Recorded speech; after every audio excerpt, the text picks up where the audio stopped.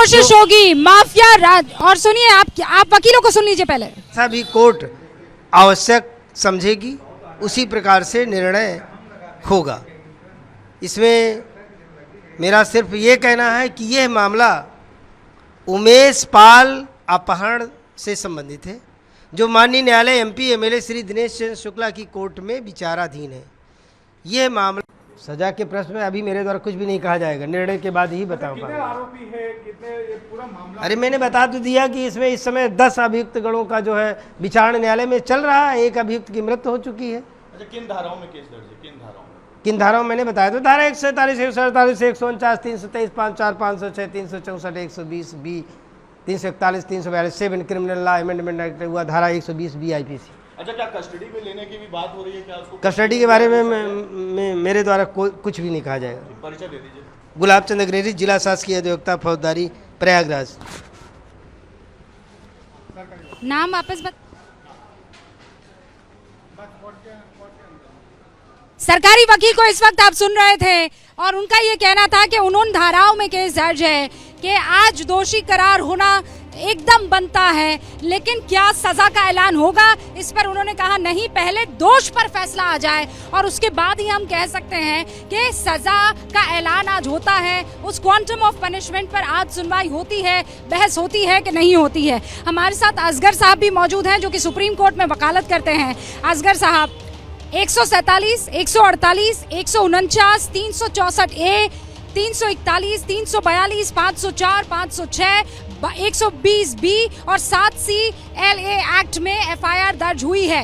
अगर इन धाराओं में एफआईआर दर्ज होती है तो अमूमन फैसला किस ओर और किस तरीके का होता है?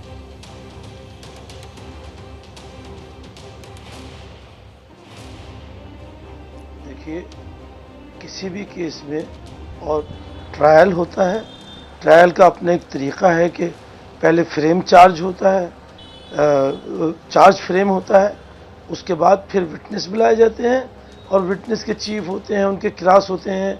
उससे पहले पुलिस शुरू में ही एक लिमिटेड टाइम है उसके अंदर चालान दाखिल करती है और उसी के मुताबिक सारा केस का ट्रायल होता है।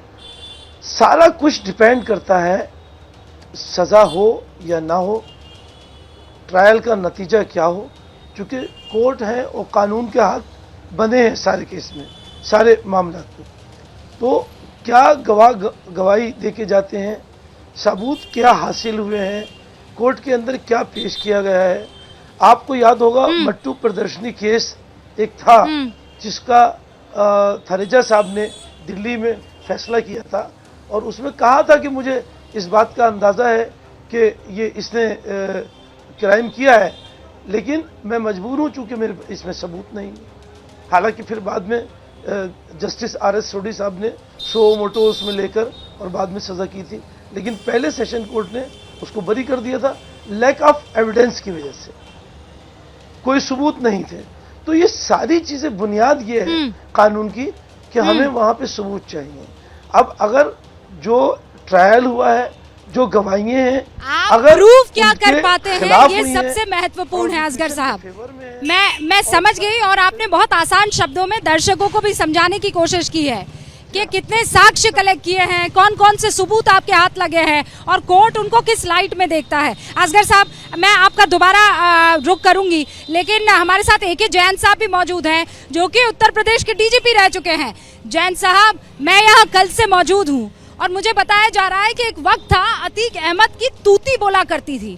मतलब आज ये जो RAF लगाई गई है, आज जो यहाँ पुलिस बल तैनात किया गया था, पहले उसकी अपनी पुलिस हुआ करती थी। ये खाकी वर्दी वालों को मैं नहीं कह रही हूँ, मैं उसके अपने पर्सनल सिक्योरिटी गार्ड कह रही हूँ कि अमला पूरा निकला करता था, पूरा शहर शांत हो जाया करता था। लेकिन आज वो हालत बदल गई है। आज जेल में बंद, परेशानी पूरे माथे पर नजर आ रही है इस माफिया के। देखिए, ना तो ट्रायल होता था, ना गवाहियां हो पाती थी, ना गवर्नमेंट काउंसिल पैरवी करते थे। हर तरफ खौफ का माहौल रहता था, क्योंकि ये उत्तर प्रदेश का सबसे खूंखार अपराधी है। प्रयागराज आसपास के जनपदों में बिल्कुल तूती बोलती थी, किसी ने अगर आवाज उठाने की कोशिश की तो उसको साइलेंस कर दिया गया। ये जो 100 से ज्यादा मुकदमे हैं, ये तो लिखा पढ़ी में है।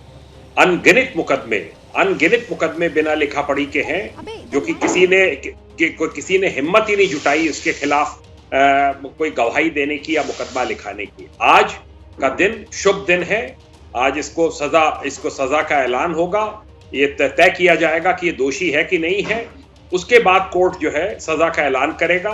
मुझे पूरा विश्वास है कि इसमें कम से कम लाइफ इम्प्रिजनमेंट होगी, क्योंकि इसमें फांसी का भी प्रावधान है।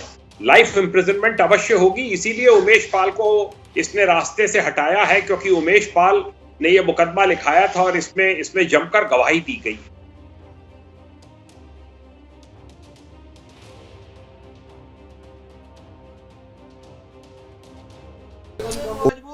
क्या मजबूरी है मेरी, बताइए। मैं अभी आपको बताती हूँ कि मैंने ओए होए होए होए नमकीन के चटकारे लेते हुए टकटकी मार के डिबेट शो को पॉज रिपीट कर करके देख रहे हैं जोगिंदर जी। इनकी तरह आप भी देखें अपने फेवरेट डिबेट्स को रिपीट कर और डाउनलोड कीजिए एबीपी लाइव ऐप अपने स्मार्ट टीवी पर।